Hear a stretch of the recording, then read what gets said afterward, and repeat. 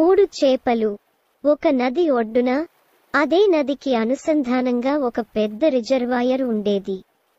రిజర్వాయర్లోని నీరు లోతుగా ఉంటుంది. అందువల్ల చేపలకు ఇష్టమైన ఆహారమైన ఆల్గే మరియు జల సూక్ష్మ మొక్కలు పెరుగుతాయి. అలాంటి ప్రదేశాలను చేపలు చాలా ఇష్టపడతాయి. అనేక చేపలు నది నుండి వచ్చి ఆ జలాశయంలో కూడా నివసించేవి. చేపలన్నీ గుడ్లు పెట్టేందుకు ఆ జలాశయంలోకి వచ్చేవి.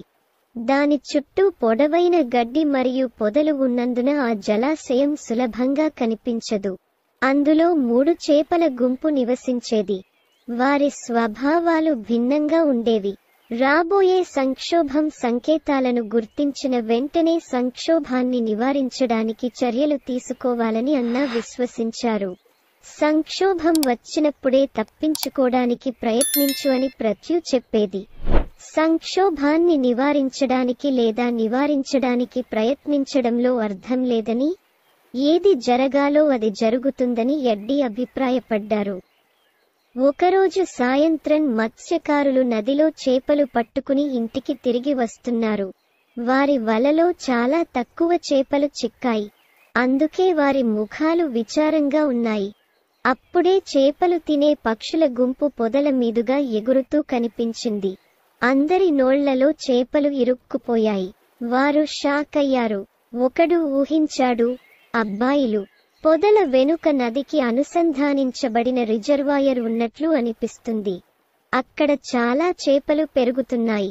మత్స్యకారులు పులకించిపోయి పొదల్లోంచి బయటకు వచ్చి రిజర్వాయర్ ఒడ్డుకు చేరుకుని అత్యాశతో కూడిన కళ్లతో చేపలను చూడటం ప్రారంభించారు.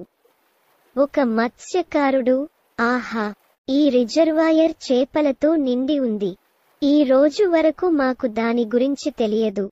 ఇక్కడ మనకు చాలా చేపలు దొరుకుతాయి. రెండోవాడు అన్నాడు. మూడవవాడు, ఈరోజు సాయంత్రం అవుతోంది. రేపు పొద్దున వచ్చి ఇక్కడ వల వేస్తాం. ఈ విధంగా మరుసటి రోజు కార్యక్రమాన్ని నిర్ణయించుకుని మత్స్యకారులు వెళ్లిపోయారు. జాలరి చెప్పేది 3 చేపలు విన్నాయి. అన్నా ఫిష్ ఫ్రెండ్స్, మీరు జాలరి మాట విన్నారు. ఇప్పుడు మనం ఇక్కడ ఉండడం ప్రమాదం నుండి విముక్తి కాదు. బెదిరింపు గురించి మాకు సమాచారం అందింది.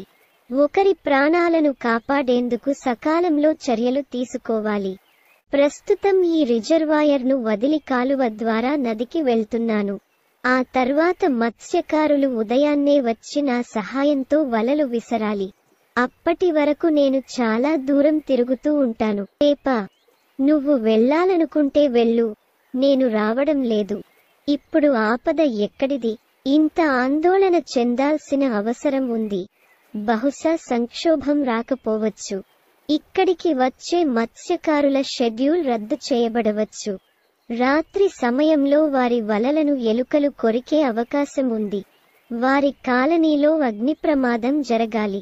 భూకంపం వారి గ్రామాన్ని నాశనం చేయవచ్చు లేదా రాత్రి కుండపోత వర్షాలు కురుస్తాయి మరియు వారి గ్రామం వరదలో కొట్టుకుపోవచ్చు. అందువల్ల అతని రాక ఖచ్చితంగా లేదు.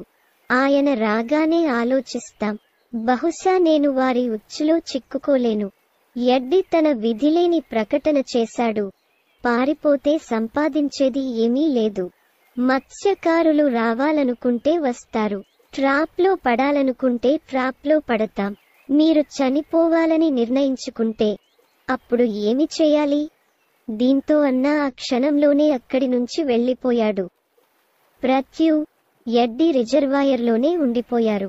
ఉదయం కాగానే మత్స్యకారులు తమ వలలు తీసుకొచ్చి రిజర్వాయర్లోకి వలలు విసిరి చేపలు పట్టడం ప్రారంభించారు.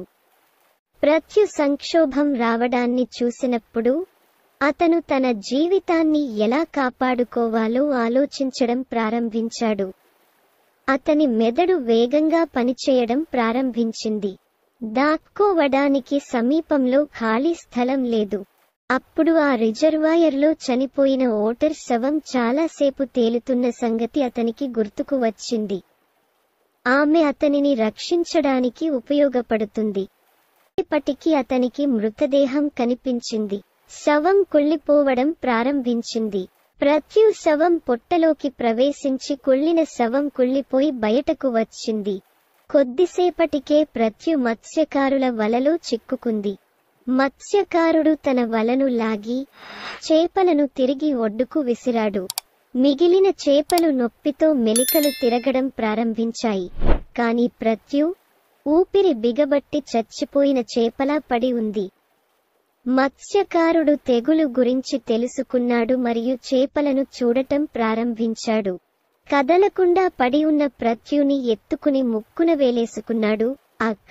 చచ్చిపోయి చాలా రోజులైంది ఈ చేప. కుళ్ళినవి. ఇలా గుసగుసలాడుతూ మొహం చాటేస్తూ ప్రత్యుడ్ని రిజర్వాయర్లోకి విసిరేశాడు జాలరి.